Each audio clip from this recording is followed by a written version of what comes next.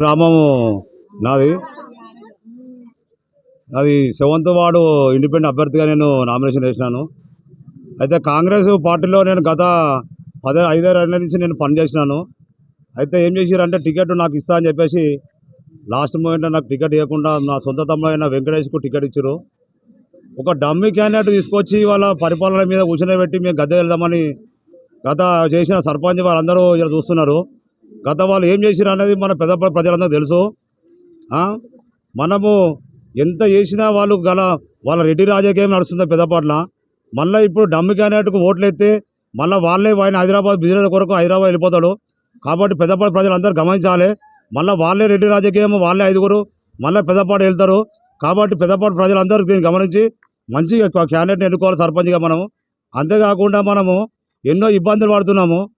మనము ఈరోజు వాళ్ళ రెడ్డి రాజకీయం వాళ్ళ బావి దగ్గరనే రాజకీయము, వాళ్ళ బావి దగ్గరనే కమిటీ వాళ్ళు అన్నీ వాళ్ళ దగ్గరనే వాళ్ళకు అనుకూలంగా చేస్తున్నారు. అంతేకాకుండా గతంలో ఆయన ఇవాళ నేను గుడికి చేసిన, నేను బడికి చేసిన మాట్లాడుతున్నాడు. మా గతంలో హెచ్ఐవి గురించి ఊరు మొత్తం ఒక 5-6 ఏళ్ళు దాకా పక్క పెట్టిరు ఆయన వల్లనే. మరి అలాంటి వ్యక్తి డబ్బు సంపాదించుకొని వస్తే ఆయనకే టికెట్ ఇస్తారా? మరి ఏం చేసి డబ్బు ఉంటే ఏం చేసినా నడుతుంది ఇవాళ. అలాంటి వ్యక్తికి టికెట్ ఇచ్చి నేను ముంగట పోని వెనుకొస్తా అని చెప్పేసి ఆయనకు టికెట్ ఇచ్చడం జరిగింది.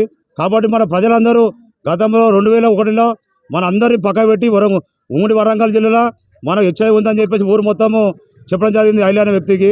కాబట్టి మళ్ళీ ఆయన ఇలా మనకు నేను సేవ చేస్తాను, నేను గుడికి ఇచ్చినా, నేను బడికి ఇచ్చినా అని చెప్పడం జరుగుతుంది. కాబట్టి అలాంటి వాళ్ళు ఎన్నుకుంటే రేపు ఫ్యూచర్లో కూడా ఎన్ని పెట్టినా అన్ని డబ్బు వసూలు చేయడానికి వీళ్ళు ముందుకు వస్తున్నారు. కాబట్టి అలాంటి రెడ్డి రాజకీయం మనకొద్దు.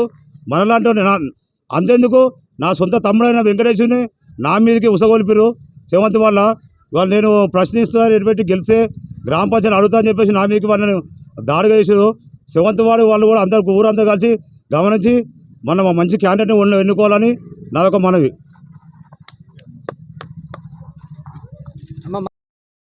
గ్రామ ప్రజలకు మరియు అక్క చెల్లెళ్లకు మరియు మా మీడియా మిత్రులకు సోదరులకు నా యొక్క ధన్యవాదాలు తెలుపుకుంటూ ఈ కార్యక్రమాన్ని కొనసాగిస్తున్నా. ఈరోజు పెద్దపాడులో అవినీతి ఎలా ఉందో గ్రామ ప్రజలందరి ప్రతి ఒక్కరి దృష్టిలో ఉన్నది. ఇవాళ ఒక చిన్న కార్యకర్త ముందుకు పోనీయకపోవడం ఎట్లా ఉంది అంటే దురదృష్టమైన పాలన. పెద్దపాడులో అవినీతి ఎక్కువ అయిపోయింది. ఇవాళ ఒక మనిషి ముందుకు పోతే నేను ఒక ప్రోటోకాల్ లాగా చిన్న వీడియో తీసి పెట్టినందుకు నన్ను బెదిరించడం, ఇవన్నీ నన్ను ఏం చేస్తారా మీరు? మీ రౌడీ రాజకీయానికి మేము భయపడం. ఒక యువత మేలుకోవాలి. యువత మేలుకుంటే ఈ ఊరు బాగుంటుంది. ఈ ఊరు బాగుండాలంటే రాజకీయాలు చేయాలంటే బాయిల కాడ, వ్యవహారాలు చేయాలంటే బాయిల కాడ, గ్రామ పంచాయతీ లేదా ఒక కుటుంబాలను ఆగం చేసుకుంటా ఈరోజు దొంగ పార్టీలు, దొంగ పాలనలు ఇవన్నీ సహించక నా కడుపు ఆవేశం చెప్పడం జరుగుతుంది. ఇట్లాగే ఒక మంచి వ్యక్తిని సర్పంచి ఎన్నుకోవాలి, మనం కొనసాగించాలి. ఈరోజు మన ఊరు దరిద్రం ఇంకో ఊరు పోకుండా పక్కపంటి ఊరు పోయి చెప్పుకుంటే సిగ్గుసేటు అంటే ఎంత దురదృష్టమైన పాలన ఇది. వెనుకట్ లెక్క లేదు. ఒక చెప్తే వినే విధంగా ఉండాలంటే నువ్వే తప్పు చేస్తుంటే నేనేమి వింటానా? ఈరోజు దొంగల పంచాయతీ నన్నట అనగదొక్తారట. నన్నేం చేస్తారా బిడ్డ? నన్నేం చేయలేరు. నేను భయపడేటోని కాదు. నేను భయపడే వ్యక్తిని కాదు. మా మీడియా మిత్రులకు నా యొక్క ధన్యవాదాలు తెలుపుకుంటూ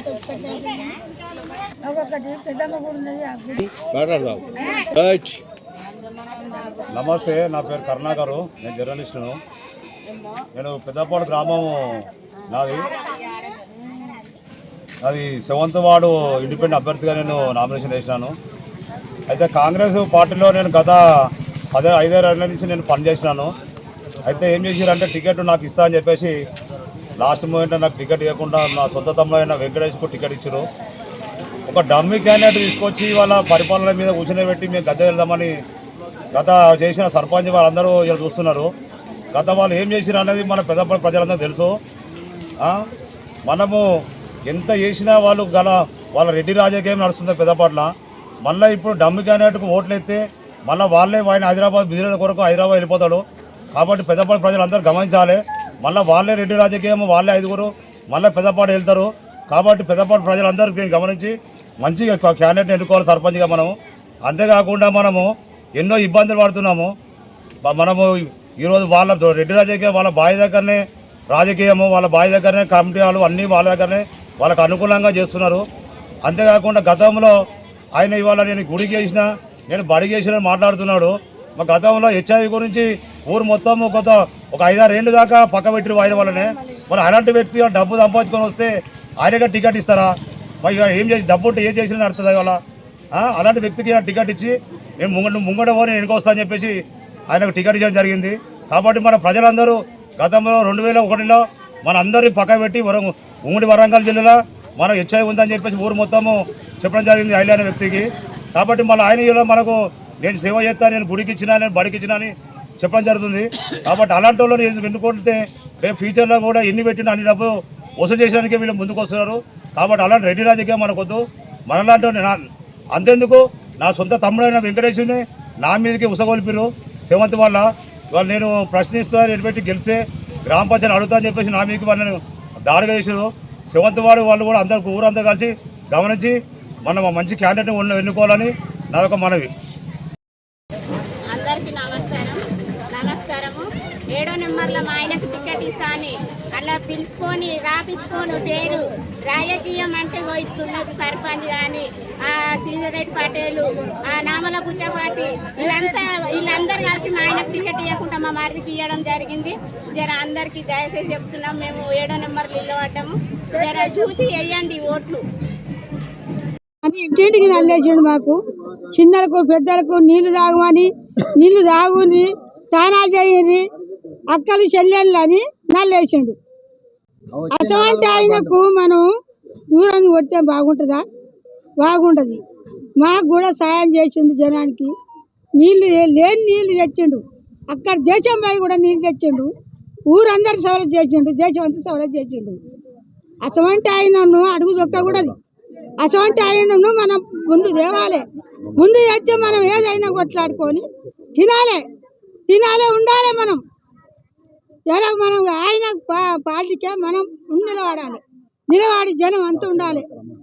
ఏ పార్టీ మన ఊరు లేదు. మనకి ఆయన మంచిది, ఆయనకే వేయాలి ఓటు. ఎవరు ఆయన? ఎవరు? గుర్తుకే.